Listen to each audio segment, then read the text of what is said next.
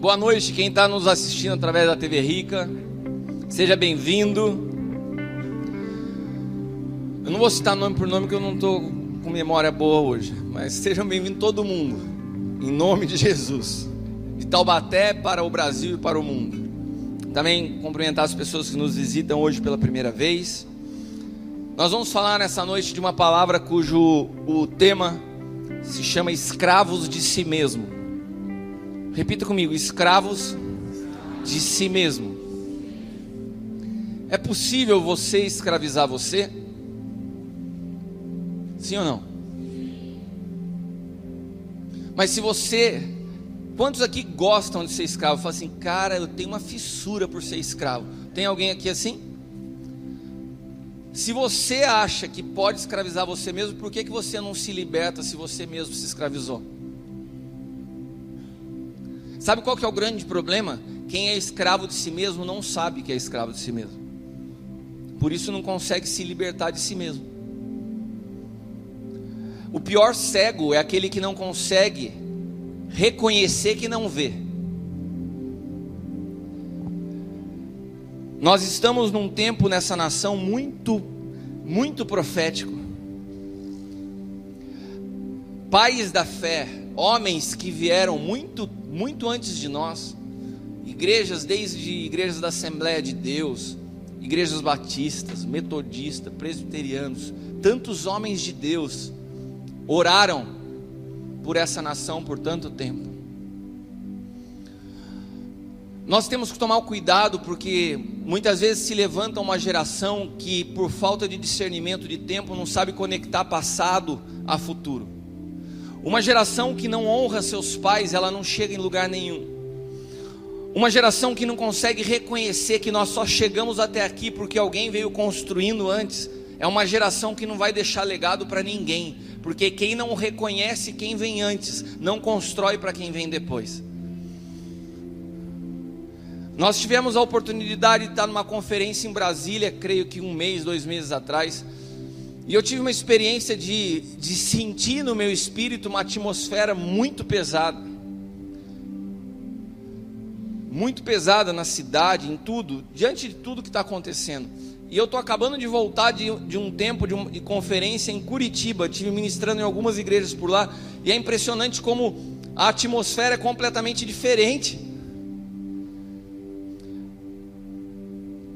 Curitiba resolveu ser uma voz profética para essa nação. Da cidade de Curitiba nasceu uma voz de justiça para essa nação.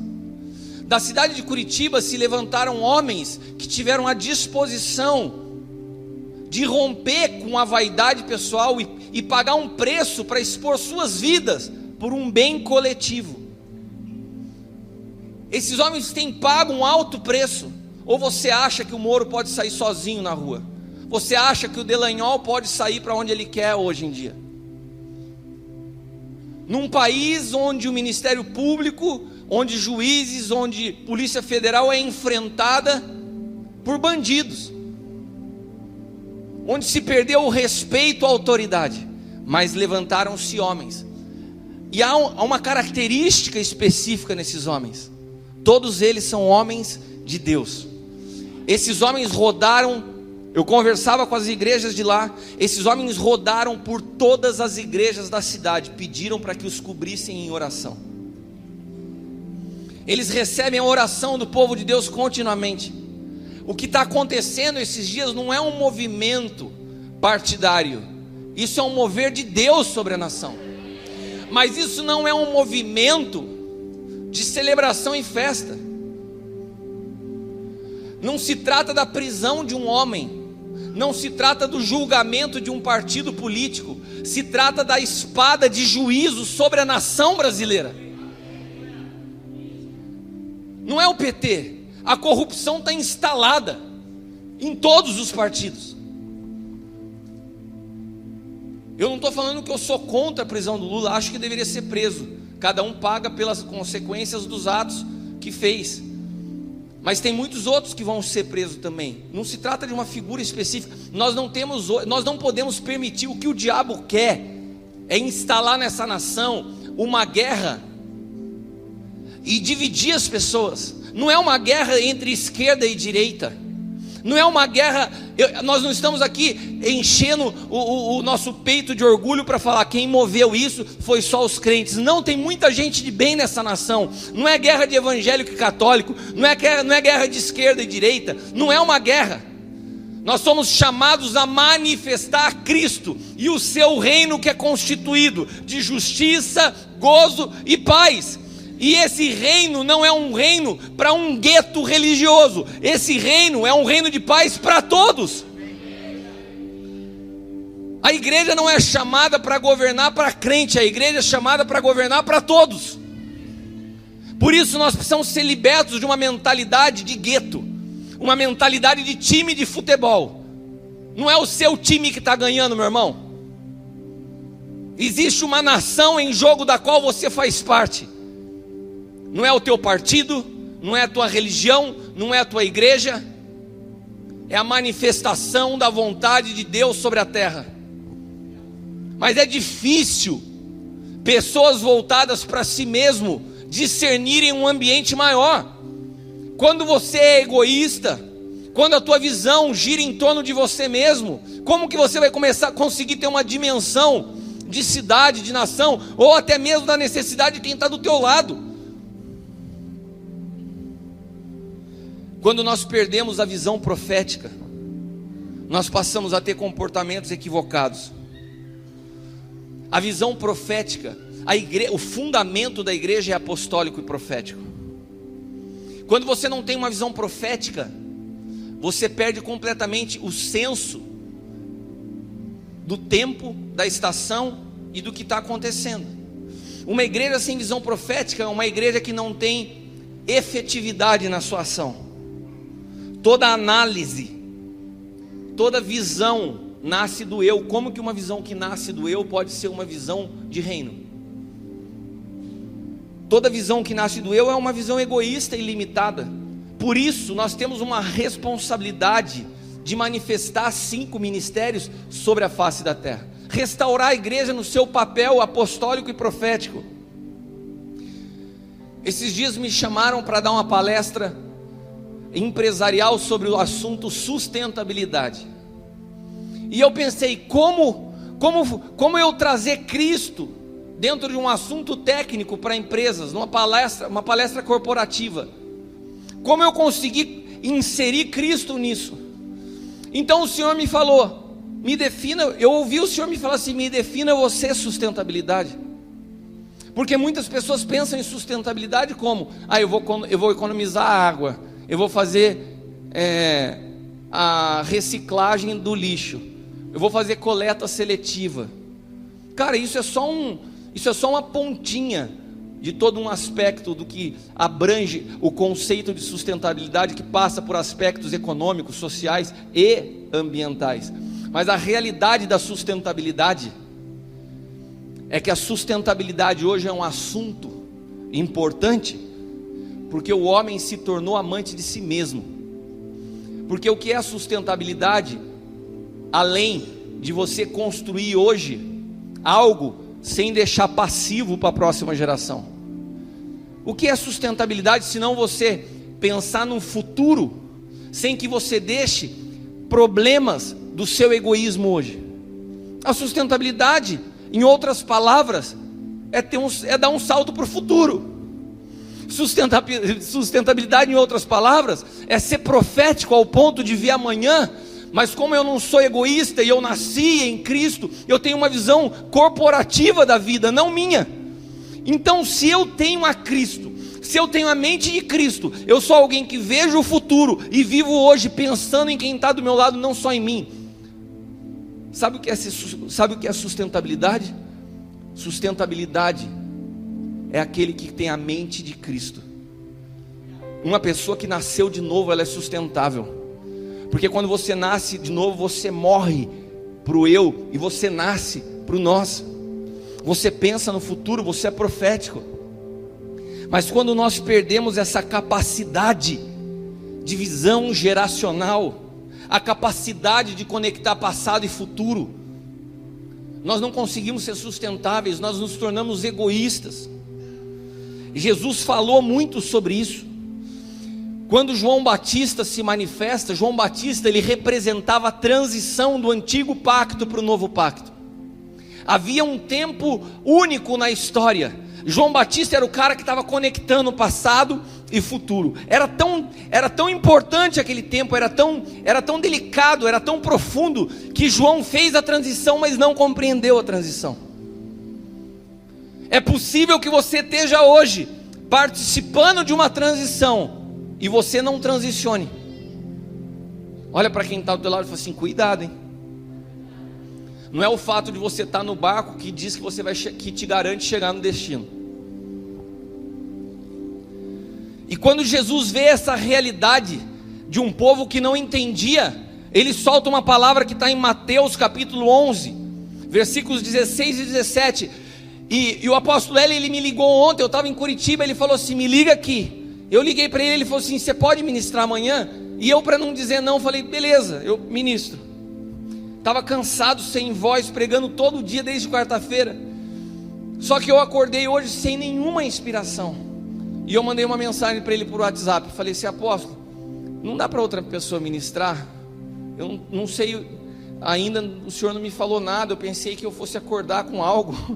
Deus sempre faz isso comigo. E mandei a mensagem. Cara, quando eu acabei de mandar a mensagem, eu ouvi o Espírito Santo me falar: por que você fez isso? Eu falei: é porque o senhor não tinha me falado nada. Ele falou assim: mas eu vou falar agora.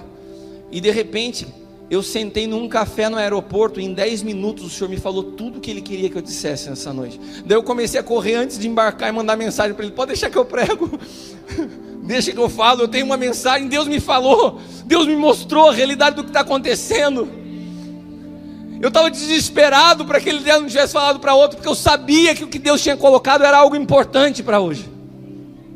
E a palavra que o Senhor me deu como base está em Mateus 11, 16 e 17. A que posso comparar essa geração? São como crianças que ficam sentadas nas praças e gritam umas às outras: nós tocamos flauta, mas vocês não dançaram. Cantamos um lamento, mas vocês não se entristeceram.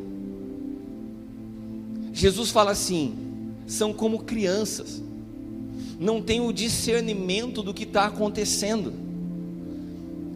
Quando eu toco flauta, quando eu faço um movimento de festa, vocês não celebram. Quando eu faço um movimento de guerra, vocês querem dançar. Quando eu estou falando que é tempo de arrependimento, ao invés de chorar, vocês cantam. Vocês estão totalmente fora. Vocês estão fora do ritmo. Vocês estão fora da estação. Ontem, quando o Lula estava sendo preso, as pessoas estavam festejando na internet. Aê, tome, não sei o quê. Cara, não é um tempo de festejar, é um tempo da gente entender que há um juízo. Há um juízo sobre a nação. É um tempo da igreja estar atenta. É um tempo de posicionamento da igreja. Sabe quando Saul é destituído do seu reinado, você não vê Davi celebrando. Davi sabia que além de um rei perder o poder, havia uma espada sobre Israel. Mas o egoísmo, o orgulho, a vida centrada no eu, ela te cega. E daí é como se houvesse uma disputa. Ah, porque eu sou contra, então caiu, eu ganhei, eu me manifesto. E é uma manifestação infantil, porque é uma manifestação de rede social. Tem uma canção do Felipe Vilela que ele fala assim: esses manifestantes que falam contra o capitalismo e vão para a USP de Amarok. É a realidade dessa geração. Falam contra o capitalismo e se manifestam com seus iPhones. Há um paradoxo, porque não se entende o que está fazendo. Por que isso? Porque o egoísmo, o orgulho, ele cega. O evangelho, ele não é um conhecimento teórico, irmãos. O evangelho é a vida de Cristo em nós.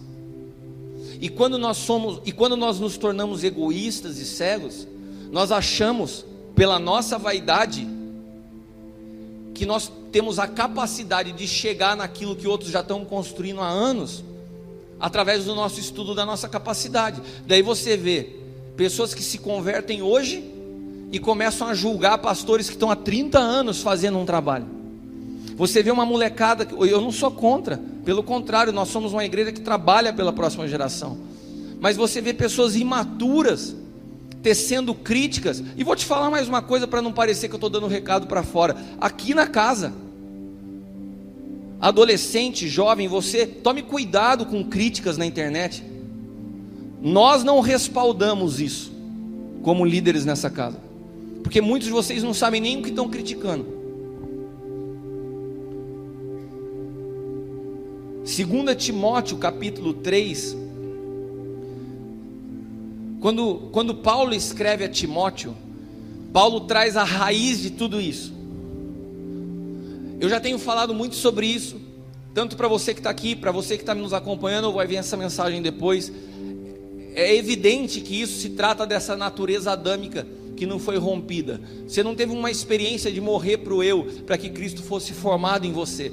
Mas eu quero nesse momento colocar o aspecto de que da raiz dentro dessa natureza adâmica que dá luz a todo esse cenário de egoísmo. A característica que começa com tudo, Paulo descreve a Timóteo no capítulo 3, versículo 2. Haverá homens amantes de si mesmo. Repita comigo, amante de si mesmo. A pessoa que é amante de si mesmo, ela se torna escrava de si mesmo. O Senhor nos chamou para ser escravos por amor, não é isso?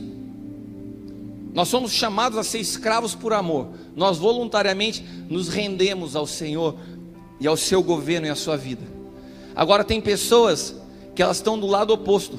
Como elas estão na raiz de Adão, elas não são escravas por amor de Cristo, elas são escravas de si mesmo. Por quê?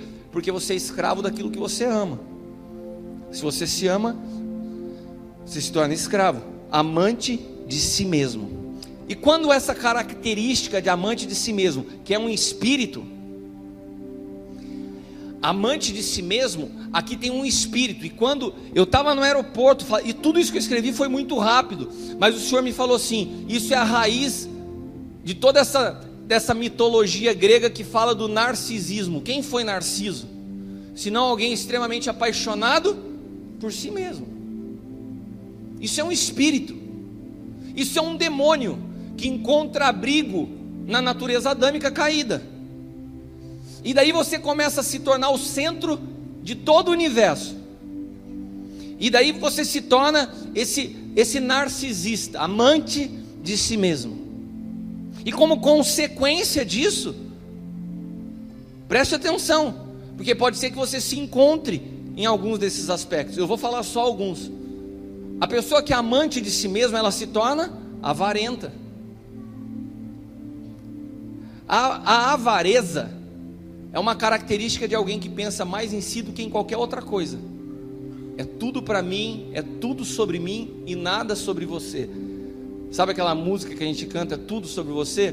O avarento não, é tudo sobre mim, é tudo para mim e nada sobre você. A avareza, ela produz esse espírito de comparação, e toda pessoa que se compara é uma pessoa frustrada. Por que ele não eu? Por que ele prega e eu não prego? Por que ele toca e eu não toco? Por que ele está junto e eu não estou? Por que isso e por que aquilo? E você se compara, e a comparação ela gera frustração. Quem se compara? O avarento. Por que o avarento? Porque o avarento pensa só nele. Daí quando a pessoa, tudo está na raiz de Narciso lá, esse demônio chamado amante de si mesmo. A pessoa se torna presunçosa, soberba. Toda pessoa amante de si mesma é soberba, é orgulhosa, blasfemo. Irmãos, cara, quando eu comecei a ler esse texto com calma, o Senhor começou a me mostrar algumas circunstâncias e como isso é uma realidade. Quando a pessoa se torna amante de si mesmo, e ela se torna então soberba, e ela se torna avarenta, quais que são as características disso de pessoas na prática que frequentam a igreja, as igrejas? Amantes de si mesmo, avarentos, são infiéis nos dízimos, nas ofertas. Por quê? Porque são avarentos. Só que não para aí. Além de serem avarentos, são soberbos. Então se sentem superiores aos seus próprios líderes. Eu não tenho muito o que aprender com o Kiko. Por quê? Porque eu sou melhor que ele. Por que eu vou ouvir o apóstolo L na minha vida profissional? Olha a qualificação que eu tenho. Esse assunto de paternidade é coisa para mané. Eu sou muito superior. É soberba. E daí vai caminhando. Porque a soberba se torna blasfemo. Quem são as pessoas que blasfemam? Quem são as pessoas que conseguem estar na igreja falando mal uma das outras? São os amantes de si mesmo.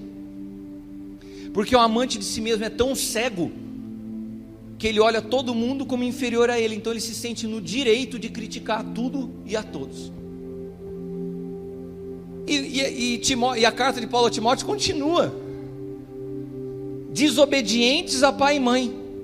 Uma pessoa que é soberba, que é orgulhosa, que se sente superior, vai obedecer o quê? Eu sei o que eu estou fazendo. Toda pessoa com dificuldade de paternidade é uma pessoa amante de si mesma. Se sente superior aos seus próprios pais. E consequentemente, eu estou só lendo a Bíblia, irmão. Não olha para mim com essa cara. Eu não estou bravo, estou lendo num tom de voz de boa. Eu amo a tua vida, eu não estou contra você.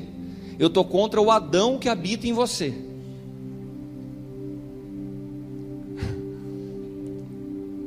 Se torna ingrato. Nada está bom. Nenhuma igreja está boa. Nenhum líder é bom. Não gostei da palavra. Não gostei disso.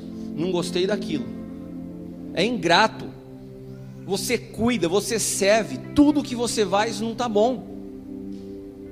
Por quê?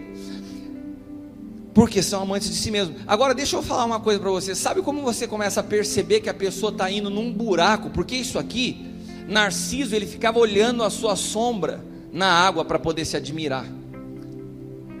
Mas tinha um negócio que ele não podia se olhar. Mas ele tinha desespero por se olhar, porque ele era muito bonito. Sabe o que isso mostra? Esse narcisismo, ele vai produzindo uma vaidade desenfreada. E hoje nós estamos vivendo dias onde as pessoas estão de maneira desenfreadas, num cuidado excessivo com o corpo. Eu não estou falando de você ter uma vida saudável, porque eu procuro ter, mas eu estou falando quando você se torna extremamente vaidoso. Homens que se tornam extremamente críticos, exagerados na sua cobrança com as suas esposas. Pode ter certeza, meu irmão, que isso aí não é amor. Isso aí, você é tão amante de si mesmo que a sua mente se corrompe com a pornografia.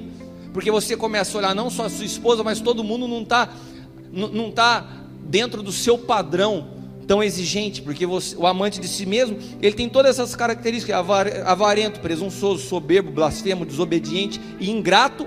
E olha o último, leia você para mim, para não falar que sou eu que estou falando. Leia o último que está aí no versículo 2. Profano. Aonde que culmina isso no versículo 2? O cara é profano. A pornografia, o que é a pornografia? É toda manifestação desse egoísmo sujo. Do cara fala assim: eu sou tão bom, que até sexo eu me basto. Uma mente impura, profana, se torna escravo do eu, escravo de Adão, se torna servo da serpente. Quando Adão quando Adão se sujeita a comer do que a serpente oferece, ele se torna escravo dela. O amante de si mesmo, ele deixa a natureza adâmica reinar, então ele se torna escravo da serpente. O amante de si mesmo atrai sobre si uma série de cadeias. Sabe, quando o Senhor me mostrava essa palavra e eu corria para tentar escrever rápido antes de eu embarcar, o Senhor me mostrava como numa visão. Sabe aquelas pessoas que a gente vê em filmes, presos antigos, que tinham umas correntes com umas bolas amarradas no pé? O Senhor me mostrava pessoas assim. O amante de si mesmo, ele se torna escravo de algumas cadeias. Tem pessoa que está arrastando algumas cadeias com umas bolas assim. Essas bolas, elas têm nome: avareza, soberba, blasfemo, desobediente, ingrato. Você carrega tudo isso. E isso é um processo gradativo. Não começa da noite para o dia, mas ele vai dando indícios. Entre eles, como eu falei, a própria vaidade excessiva. Sabe por quê? Porque o amante de si mesmo se acha, cara. A palavra, eu não achei uma palavra melhor no português para o amante de si mesmo. É aquele cara que se acha, ou aquela mulher que se acha bonito, se julga superior, acha que todos têm obrigações para com ele, e é por isso que é ingrato. Se acha mais inteligente, se acha mais esperto, se acha mais rápido para aprender que os demais. Por isso ele se converte com 1 mês, ele já acha que o que o pastor está pregando está errado. Por quê? Porque ele é mais rápido e mais inteligente. Já entendi tudo, já sei do que esse cara está falando. E tem uma característica: eles aprendem, estudam, mas nunca chegarão a Cristo. Sou eu que estou dizendo? Não, olha para a Bíblia, 2 Timóteo 3,7. 2 Timóteo 3,7. O que diz aí na tua Bíblia? Que aprendem sempre, mas nunca podem chegar ao conhecimento da verdade. Irmãos, preste atenção: é impossível chegar ao conhecimento de Cristo através de um aprendizado intelectual. Deus escolheu se revelar às pessoas que são humildes e simples. Se Cristo se revelasse somente à medida da tua habilidade de compreensão, seria injusto, porque daí aqueles que são mais capazes ou têm acesso a maior quantidade de literatura, os ricos têm acesso a Cristo, os pobres não têm. Por quê? Porque eu sou simples, eu não tenho material, eu não tenho como estudar teologia, não tenho material para ler. Não, mas como Deus é justo, Ele escolheu se revelar aos simples. Por quê? Porque Ele não gosta dos que não são, dos que têm muitas posses? Não, porque se está acessível ao simples, está acessível a todo. Basta que você se torne simples, basta que você se liberte de você mesmo, basta que você possa ter todas as posses, todas as riquezas e reconhecer: tudo isso vem de Deus e não é para mim, mas para que eu possa ser um canal para abençoar outros. 2 Timóteo 3,7. Esse texto você podia grifar na sua Bíblia. Aprendem sempre e nunca podem. Cara, é muito forte isso. Nunca podem chegar ao conhecimento da verdade. Toma cuidado, meu irmão, dos discursos eloquentes. Toma cuidado com aquilo que você parece ter uma aparência de um intelectualismo rebuscado. Cristo não habita nisso. O Evangelho de Cristo é simples. A palavra do Senhor é acessível a todos, porque Cristo se revela no nosso espírito. Quantos estão entendendo o que eu estou falando? Nós precisamos dessa palavra para esses dias como igreja no Brasil, porque o que está acontecendo hoje é o egoísmo desenfreado de homens que usurparam do poder para a satisfação das suas vontades, com uma mente egoísta centrada no eu. Enquanto roubaram bilhões nessa nação, pessoas morriam nos hospitais, pessoas não tinham acesso à escola. O nosso país foi saqueado por pessoas egoístas. E sabe por quê? Porque nós, como igreja, a raiz do egoísmo começa na igreja. Porque quando Deus olha para a terra, o governo continua sendo a igreja. Quando José estava no Egito, havia um faraó, mas Deus olhava o governo na mão de José. Quando Nabucodonosor reinava na Babilônia, Deus olhava para a terra e via o governo na mão de Daniel. Deus sempre olha para os seus quando quer falar sobre governo. Quando eu vejo uma espada vindo sobre a nação, eu não vejo uma espada vindo sobre a política. Eu sei que isso vai começar pela casa de Deus. O egoísmo tem que sair do nosso meio.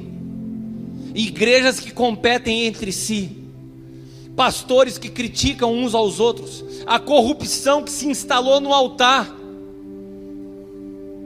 pela troca de favores, pelo amaldiçoamento das palavras de uns aos outros, irmãos que estão sentados no mesmo banco e têm a capacidade de criticar, amaldiçoar um ao outro. A palavra de Deus, ela é tão séria que ela fala assim: olha, se você congrega com alguém no mesmo lugar, é teu amigo, você tem alguma coisa contra ela, por favor, não venha nem trazer a tua oferta. Primeiro você vai e se acerta com o seu irmão para depois você vir. Como que eu vou receber algo de alguém que não consegue discernir o que é o corpo? Deus quer sarar essa nação. Há uma palavra profética sobre o Brasil, mas nós precisamos despertar como igreja. Sabe como que você pode mudar a história? Não é entrando no Facebook, na internet, falando um montão de baboseira. É parando de ser vaidoso, arrogante e amante de si mesmo. É tendo a submissão de aprender e de entender que há tempo para todas as coisas.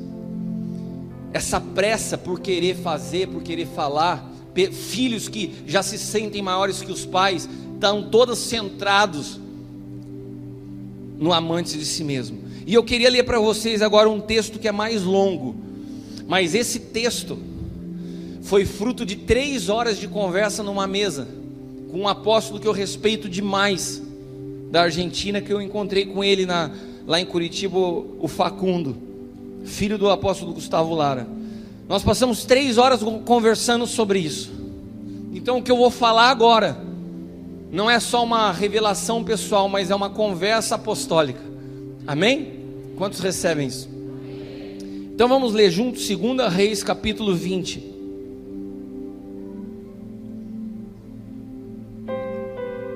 Preste atenção, porque esse texto é muito forte, ele é extenso, mas eu queria que você não se distraísse. Eu sei aonde eu estou tocando essa noite, e eu preciso da tua atenção. 2 Reis 20, a partir do versículo 1. Naquele tempo Ezequias ficou doente, quase morreu.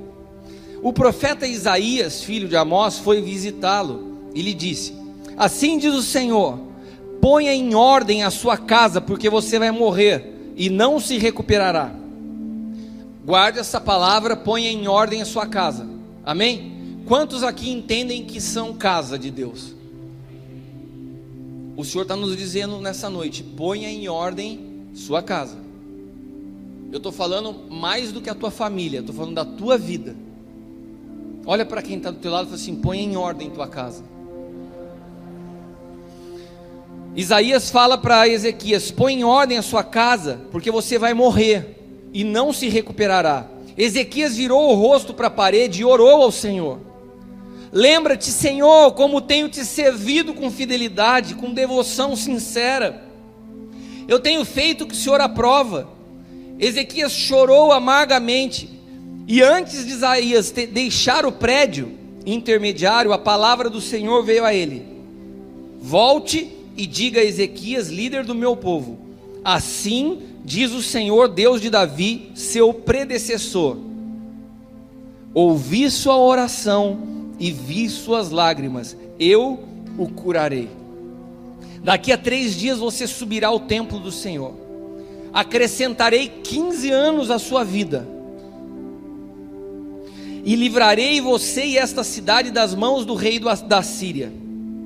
Defenderei esta cidade por causa de mim mesmo e do meu servo Davi. Prestem atenção, me acompanhem aqui. Havia uma palavra de juízo sobre a cidade e sobre Ezequias. Deus fala assim: põe em ordem a tua casa, se alinha, eu vou dar mais 15 anos de vida para você. Vocês estão me acompanhando? Então disse Isaías: preparem um emplastro de figos. Eles o fizeram e aplicaram na úlcera, e ele se recuperou. Ezequias havia perguntado a Isaías: qual será o sinal de que o Senhor me curará, e de que de hoje a 3 dias subirei ao templo do Senhor? Isaías respondeu: o sinal de que o Senhor vai cumprir o que prometeu é este: você prefere que a sombra avance ou recue 10 graus na escadaria? Naquela época tinham relógios de sol, e a sombra, ela avançava à medida que o sol se mudava, para que eles pudessem ver a hora. Ou seja, ele estava pedindo um sinal que mudava a rotação da terra, porque a terra gira ao redor do sol. Ele queria que simplesmente a terra mudasse a rotação, para ele entender que Deus estava falando com ele. Você acha que Ezequias pediu algo simples ou não? Sim ou não? Mas Deus falou assim: não, você quer, está feito, né? Então o profeta Isaías clamou ao Senhor, e este fez a sombra recuar 10 graus que havia descido na escadaria de Acaz. Mensageiros da Babilônia naquela época, o rei da Babilônia, Merodach-Baladã, é um bom nome também para quem está grávida, quer pôr nome no seu filho. Aí uma sugestão: Merodach-Baladã, filho de Baladã, enviou cartas e um presente para Ezequias, pois soubera da sua doença. Rei da onde? Repita comigo: Babilônia. Beleza. Ezequias recebeu em audiência os mensageiros e mostrou tudo o que havia no seu armazém. Ezequias mostrou para um rei inimigo toda a sua intimidade. Ele expôs a sua vida para quem não devia. Especiarias, azeite finíssimo, seu arsenal, tudo o que havia em seus tesouros. Não houve nada em seu palácio ou em seu reino que Ezequias não lhe mostrasse. Cara, nessa hora eu já penso assim: era melhor que o cara tivesse morrido, né? Ele pede mais 15 anos de vida, já começa fazendo besteira. Ele pede mais 15 anos de vida, no primeiro dia o cara já me dá uma dessa. Morre, desgraçado. De uma terra distante. Não, daqui já passei. Estou em qual versículo? Então o profeta Isaías foi ao rei Ezequias. Obrigado, irmãos. E lhe perguntou: o que esses... Isaías chegou lá e falou: cara, o que você fez? O que esses homens disseram? De onde vieram? Ezequias respondeu: de uma terra distante, vieram da Babilônia. O profeta perguntou: o que eles viram? Eu imagino Isaías falando: cara, o que eles viram no seu palácio, Ezequias? Tipo assim, não vai me dizer que você mostrou sua intimidade. Disse Ezequias: viram tudo em meu palácio, não há nada nos meus tesouros que eu não tenha lhes mostrado. Preste atenção, irmãos. Vocês estão aqui? Você que está na internet está aqui? Daí eu não sei. Então Isaías disse a Ezequias: ouça a palavra do Senhor. Um dia, tudo que se encontra no seu palácio, bem como tudo que os seus antepassados acumularam até hoje, toda herança, tudo que foi conquistado até o seu dia, será levado para a Babilônia. Nada restará, diz o Senhor. Alguns dos seus próprios descendentes serão levados, e eles se tornarão eunucos no palácio do rei da Babilônia. Pare aí, por favor, não leia o próximo. Você entendeu essa palavra? Uma palavra de juízo. Tudo que vocês acumularam até hoje, toda herança conquistada pelos seus antepassados, tudo que chegou até a sua descendência, teus filhos vão ser castrados e serão escravos. Quantos acham que é uma palavra boa isso? Uma palavra dura, de juízo, terrível. Olha a resposta que Ezequias dá. Boa é a palavra que o Senhor anunciaste. Sabe por que ele falou isso? Porque entendeu que durante a sua vida haveria paz e segurança. Cri, cri, cri. Você entendeu o que eu disse? Ele recebe uma palavra de morte, de destruição, e ele fala assim: boa é essa palavra. Sabe por quê? Porque ele entendeu que não se cumpriria na vida dele, seria na vida dos seus filhos. Tipo assim, eu vou ter um reino de paz, isso vai acontecer depois, então tá beleza. Você está entendendo o que eu estou te falando? Esse cara recebe uma palavra de juízo, de destruição, e ele fala assim: não tem problema, contanto que eu viva em paz, o que vai acontecer depois que se exploda. Meu Deus, Repita comigo: meu Deus. Que nível de egoísmo. Que nível de egoísmo. Que nível que esse cara chegou na vida, ao ponto de se tornar tão amante de si mesmo, que ele recebe uma palavra de Deus, de destruição total para ele e para os seus filhos, contanto que no tempo que eu reino eu tenha paz. É uma boa palavra. Cara, você tem noção do que é isso? Desde que o juízo seja para a próxima geração e que a minha esteja em paz, beleza. Nós somos uma igreja chamada a dar um salto ao futuro. Nós somos uma igreja chamada a preparar caminho para as próximas gerações. Agora, como que você vai dar um salto ao futuro com essas cadeias presas ao teu pé? Quem está escravo de si mesmo, quem é preso no egoísmo, não consegue saltar ao futuro, porque dar um salto ao futuro é pensar nas próximas gerações. Dar um salto no futuro não é entrar na máquina do tempo e falar assim: deixa eu ver o que eu vou fazer de melhor para eu ser beneficiado hoje. Eu vi aqueles desenhos de viagem no tempo, eu imaginava assim: deve ser legal, né, cara? Você volta para o passado com alguma tecnologia de hoje, você fica rico, né? Tem gente que pensa que dar um salto ao futuro é isso, se trata de uma promoção pessoal. Não, a palavra profética que está sobre nós é: por sermos uma igreja geracional, a gente consegue ir na frente e entender o que nós precisamos fazer hoje. Dar um salto ao futuro é ter uma visão profética bem aguçada. Dar um salto ao futuro é começar a entender a importância e o valor de pessoas hoje, ainda que elas não tenham nada que aparentemente demonstre valor, mas é que eu já sei o que elas vão ser daqui a 10 anos. Dar um salto ao futuro não se trata de mim, mas se trata do corpo de Cristo. Dar um salto ao futuro se trata de entender que amanhã os apóstolos, os ministros, os pastores, é uma geração que hoje é adolescente e que nós estamos formando para que eles possam continuar produzindo transformação nessa terra. Dar um salto ao futuro é começar a ir olhando no meio da multidão aqueles que têm fome e sede por conhecer a Cristo. Sabe por quê? Porque nós não temos tempo a perder. Como? Pergunta para mim: como dar um salto ao futuro sendo egoísta e amante de si mesmo? Você não quer saber. Como dar um salto ao futuro sendo amante de si mesmo? Me pergunta isso, vamos lá. Como? Isso como treino estava bom. Agora pergunta como quem quer saber mesmo. Vamos lá, 1, 2, 3. Eu vou te pedir que olhe para a pessoa do teu lado que fez essa pergunta e fale: é impossível. É impossível. Porque no mundo espiritual, o amante de si mesmo, o egoísta, ele carrega grilhões nos pés. O salto para o futuro, quantos entendem que o salto para o futuro é algo espiritual? Quantos entendem que o salto para o futuro é algo profético? E quantos entendem que os grilhões que eu estou falando são espirituais? Ninguém tem uma bola de ferro no pé, mas no espírito carrega. Então no espírito você está impedido de saltar ao futuro porque você é egoísta, amante de si mesmo. Deus não pode contar com alguém assim para produzir algo. E isso na prática quer dizer o que, apóstolo?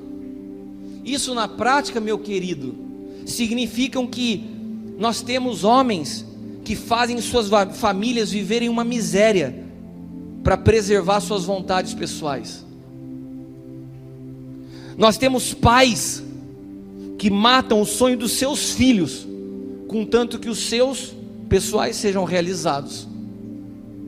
Esse espírito de Ezequias não aconteceu só uma vez na história, ele está diante dos nossos olhos, aconselhando pessoas todos os dias. Eu vou aonde eu tiver uma oportunidade profissional. Cara, mas tem tua esposa, tem teus filhos, e o que vai gerar? Não, contanto que eu cresça profissionalmente, todo mundo tem que me seguir. Um sacerdote não estabelece sacerdócio para si mesmo. O sacerdócio é sempre a favor do outro. E o primeiro sacerdócio que eu estabeleço é na minha casa.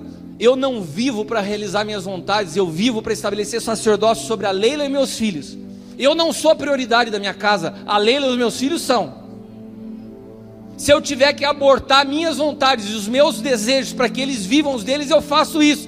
Isso é o espírito de um sacerdote. Quantos estão entendendo? O egoísmo não se trata somente de cidades, nações ou a igreja na face da terra. O egoísmo tem destruído famílias. Homens amantes de si mesmo, que têm feito mulheres pagarem um preço altíssimo.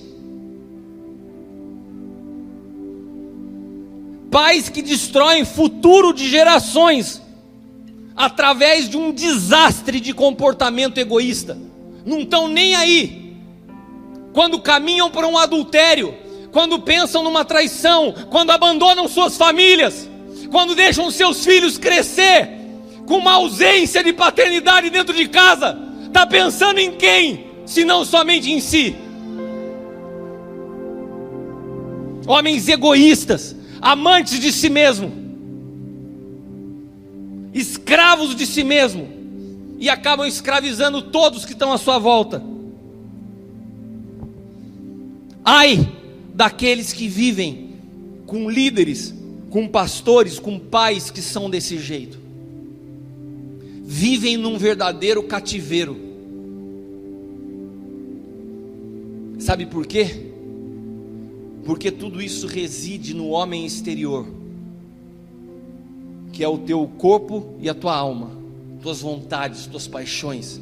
E esse homem exterior é insaciável. Esse homem exterior sempre quer mais. Esse homem exterior não se contenta com o que tem. O cara ganha R$2.000 por mês, está reclamando. Daí ele passa a ganhar 5, está reclamando. Daí ele ganha 10, está reclamando.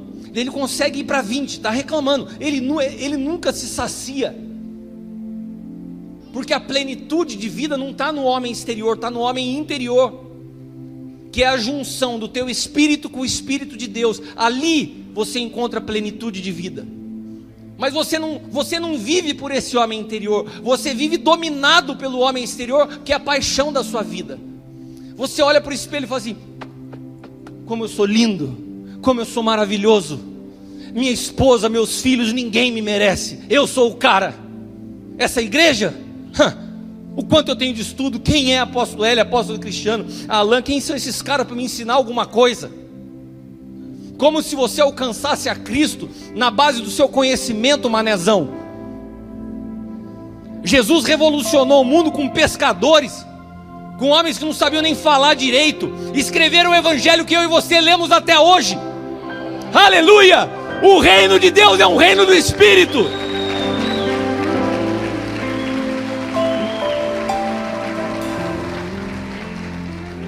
Quando experimentamos de Cristo como vida no nosso homem interior, não existe mais eu. Você não se torna mais a prioridade de você mesmo. Eu tive uma experiência muito forte esses dias em Curitiba. Quando eu passei por todos esses processos na minha vida, eu praticamente abortei a visão pessoal da vida. Como assim? Eu fui perdendo a capacidade de pensar em mim. Foi tão violento que Cristo gerou em mim que eu não me sentia no direito de pensar em algo para mim. Quantos estavam aqui num dia que eu fiz, acho que foi minha última ministração, que eu falei assim: quando eu me casei com a Leila, a gente tinha muitos sonhos. E depois que eu tive, e a gente anotava e fazia lista desses sonhos. E depois chegou um momento na minha vida que eu parei para analisar, e os meus sonhos hoje não dizem mais respeito a mim. Todas as vezes que eu sonho, eu penso: cara, tem uma lista de pessoas que eu quero abençoar, tem uma lista de pessoas que eu quero ajudar, tem uma lista de pessoas que marcaram profundamente a minha vida nesses dias difíceis, e que eu quero ser bênção também. Eu tenho anseio por ver restauração na minha vida, não por mim, mas pelos outros. Mas daí eu tive uma experiência em Curitiba muito forte, cara. Eu entrei num determinado lugar e eu vi algo que eu sonhava desde a minha infância.